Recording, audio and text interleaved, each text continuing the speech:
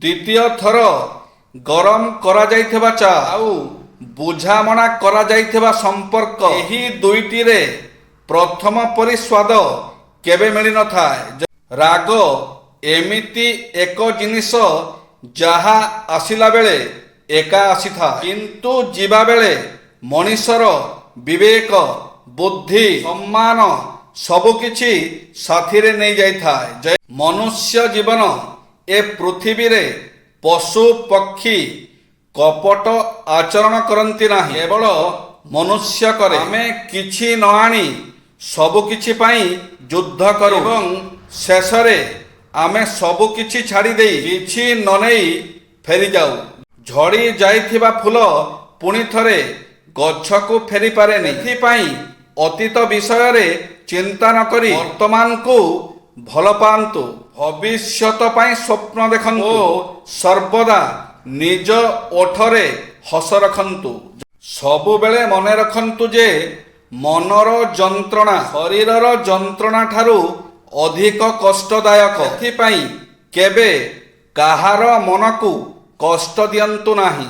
ସତ୍ୟ ବଚନ, ଯେଉଁ ଘରେ ଭାଇ ଭାଇ ଭିତରେ ଭଲ ପାଇବା ଓ ବଡ଼କୁ ସମ୍ମାନ, ଛୋଟକୁ ଆଦର କରାଯାଏ, ସେହି ଘରେ ଈଶ୍ୱରଙ୍କର ନିବାସ ହୋଇଥାଏ। ବିବାହ, ଭୁଲ ମଣିଷକୁ ବିବାହ କରିଲେ ପ୍ରତ୍ୟେକ ଦିନ ହୁଏ ଶହୀଦ ଦିବସ। ଅଳସୁଆ ଲୋକକୁ ବିବାହ କଲେ ପ୍ରତ୍ୟେକ ଦିନ ହୁଏ ଶ୍ରମିକ ଦିବସ। ଧନୀ ମଣିଷକୁ ବିବାହ କଲେ ପ୍ରତ୍ୟେକ ଦିନ ହୋଇଥାଏ ନବବର୍ଷର ପ୍ରଥମ ଦିବସ। ଅପରିଣତ ମଣିଷକୁ ବିବାହ କରିଲେ ପ୍ରତ୍ୟେକ ଦିନ ହୋଇଥାଏ ଶିଶୁ ଦିବସ। ଆପଣ ଯଦି ବିବାହ ନ କରନ୍ତି ପ୍ରତ୍ୟେକ ଦିନ ହୋଇଥାଏ ସ୍ୱାଧୀନତା ଦିବସ।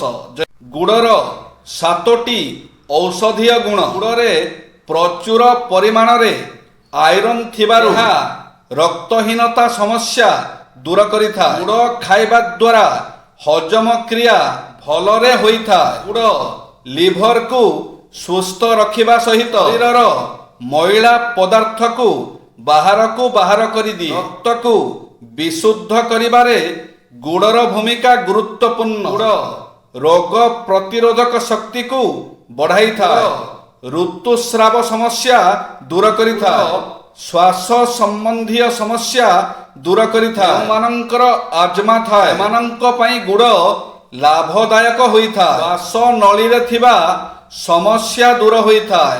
ଯେମିତି ଲୁଣକୁ ଗୋଟିଏ ସୁନା ତାଟିଆରେ ରଖି ଚାଖିଲେ ମଧ୍ୟ ତାର ସ୍ୱାଦ ବଦଳେ ନାହିଁ, ଠିକ୍ ସେମିତି ସ୍ୱାର୍ଥପର ଲୋକଙ୍କର ଯେତେ ବି ଉପକାର କର ତାର ସ୍ୱାର୍ଥ ସ୍ୱଭାବ କେବେ ମଧ୍ୟ ବଦଳିବ ନାହିଁ। ମନକୁ ବୁଝିଲା ପରି ଜୀବନ ସାଥୀଟିଏ ଦରକାର। ପଇସା ବାଲା ନୁହେଁ। ଧନ ଆଜି ଅଛି, କାଲି ହୁଏତ ନଥିବ, କିନ୍ତୁ ଭଲ ପାଇବା ସାରା ଜୀବନ ସାଥିରେ ରହିବ।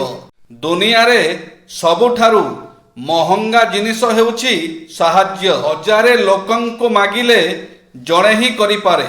ଆବେଗ ପ୍ରତିଭାରୁ ଉତ୍ପତ୍ତି ହୋଇଥାଏ। ସମ୍ପର୍କର ପଶା ଖେଳରେ ମଣିଷକୁ ବେଳେ ବେଳେ ହାରିବାକୁ ହୁଏ। ଏଥିପାଇଁ ନୁହଁ କି ତାକୁ ଖେଳର ନିୟମ ଜଣା ନଥାଏ, ବରଂ ଏଥିପାଇଁ କି ଖେଳ ପଛରେ ଥିବା ଛଳନା ତାକୁ ଜଣା ନଥାଏ। ନିଜ ପାପର ଦଣ୍ଡରୁ ତ ପୁତ୍ର ଭୀଷ୍ମ ବି ମୁକ୍ତି ପାଇନଥିଲେ। ଆଉ ଏଠି ମଣିଷ ଭାବୁଛି ଡଙ୍ଗାରେ ବୁଡ଼ ପକାଇଲେ ସବୁ ପାପରୁ ମୁକ୍ତ ହୋଇଯିବେ। ଟଙ୍କାର ଅଲଗା ଅଲଗା ନାମ।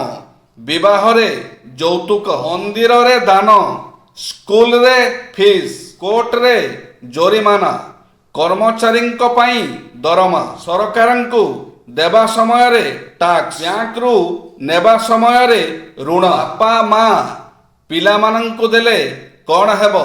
ଆପଣ ନିଶ୍ଚିତ ରିପ୍ଲାଏ କରିବେ। ଜୟ ଶ୍ରୀ ଜଗନ୍ନାଥ।